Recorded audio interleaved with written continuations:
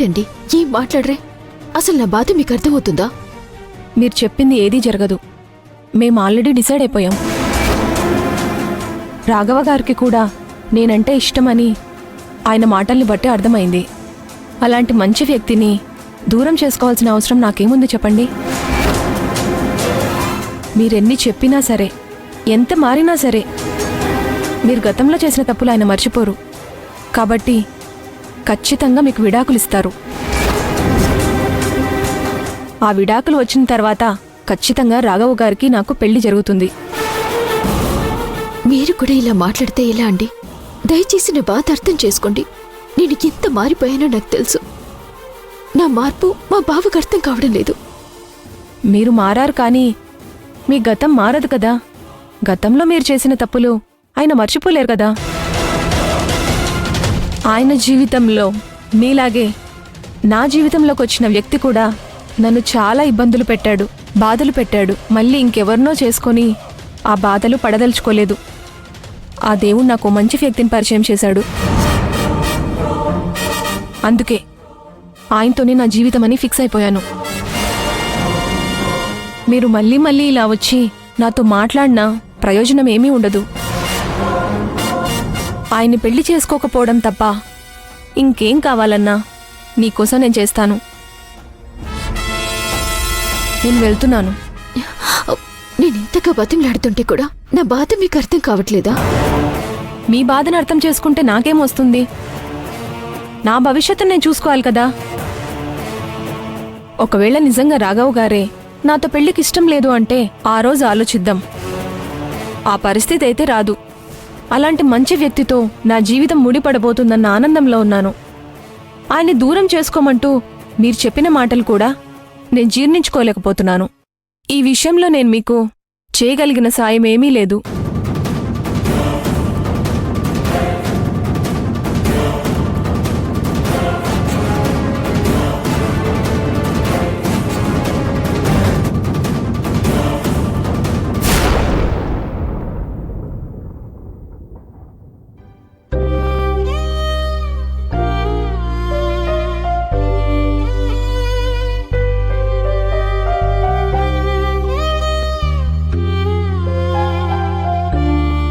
ఏంటోరా, ఇల్లంతా బోసిపోయినట్టుగా ఉంది. అదున్నప్పుడు తెలియలేదు, అది లేకపోతేనే అర్థం అవుతుంది. శౌర్య ఇంట్లో తిరుగుతూ ఉంటే కళకళ్ళాడుతూ ఉండేది.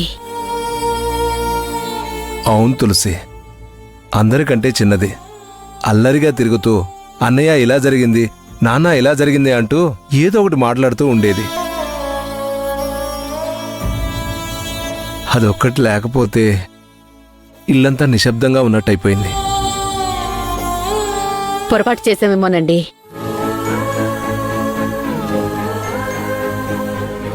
ఇప్పుడున్న పలంగా దాన్ని అత్తగారింటికి పంపించకపోతే ఏమవుతుంది? ఇంకో 4 రోజులుండుంటే బాగుండేదేమో. లేదమ్మా, పెళ్ళైన తర్వాత ఆడపిల్ల అత్తారింటికి వెళ్ళాలి. అసలే రుద్రానికి ఇష్టం లేకుండా పెళ్లి చేసుకుంది. ఇన్ని రోజులు తన కొడుకుని కోడల్ని తీసుకెళ్లడానికి ఎలాంటి ప్రయత్నాలు చేయలేదు. ఇప్పుడు తనంతట తానే వచ్చి తీసుకెళ్ళింది కాబట్టి మనం వద్దనడం వాళ్ళిద్దరికీ మంచిది కాదు. అత్తగారింట్లో అడుగు పెడితేనే కదా తనకైనా మంచి చెడు అర్థమయ్యేది.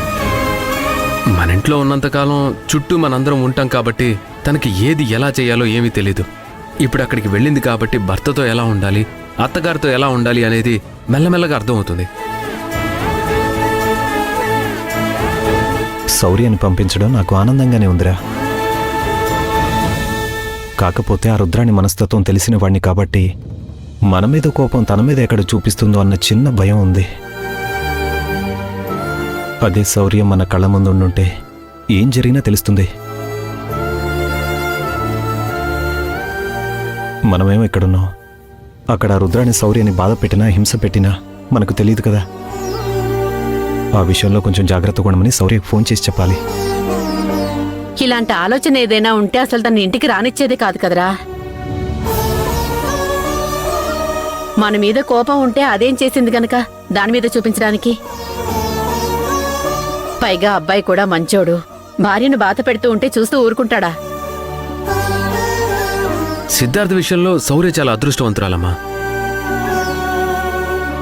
ఆ రుద్రాని కొడుకు కాబట్టి అతను కూడా అలాగే ఉంటాడేమోనని మేము అపార్థం చేసుకున్నాం.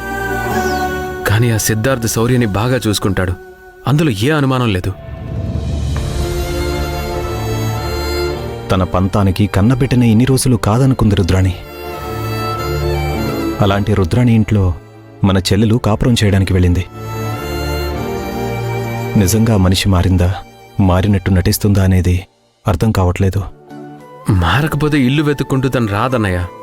ఎప్పుడూ గొడవ పడ్డానికి వచ్చే రుద్రాణి పద్ధతిగా పండక్కొచ్చింది, కాసేపు ఉంది, శౌర్య అని ఇంట్లో వాళ్ళందరినీ బాగా పలకరించింది, పద్ధతిగా తన ఇంటికి తీసుకెళ్ళింది.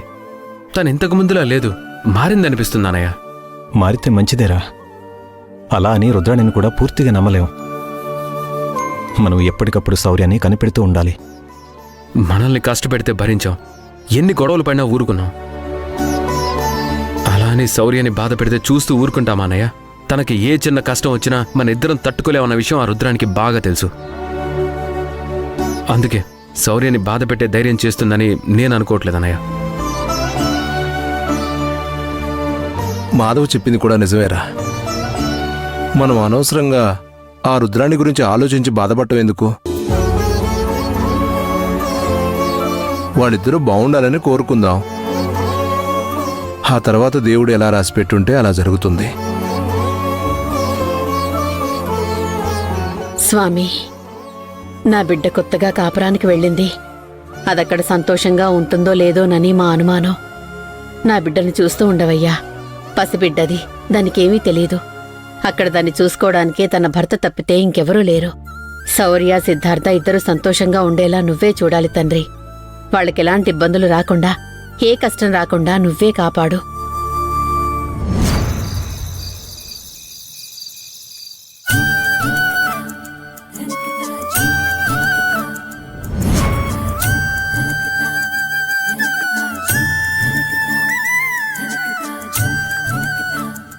ఏంటది నా నవ్వుతున్నావు?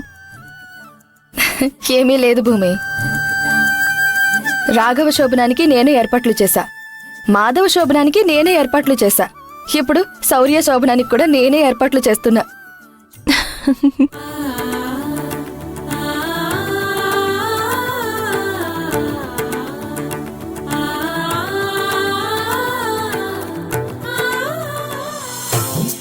అయ్యో, కాసేపట్లో శౌర్య రాబోతోంది. ఏం మాట్లాడాలో ఏం చేయాలో అర్థం కావట్లేదు. అసలు ఏ పని చేయాలన్నా ఎక్స్పీరియన్స్ కావాలి. నా దగ్గర ఎక్స్పీరియన్స్ కూడా లేదే. ఏదో ఒకటి చెయ్యాలి.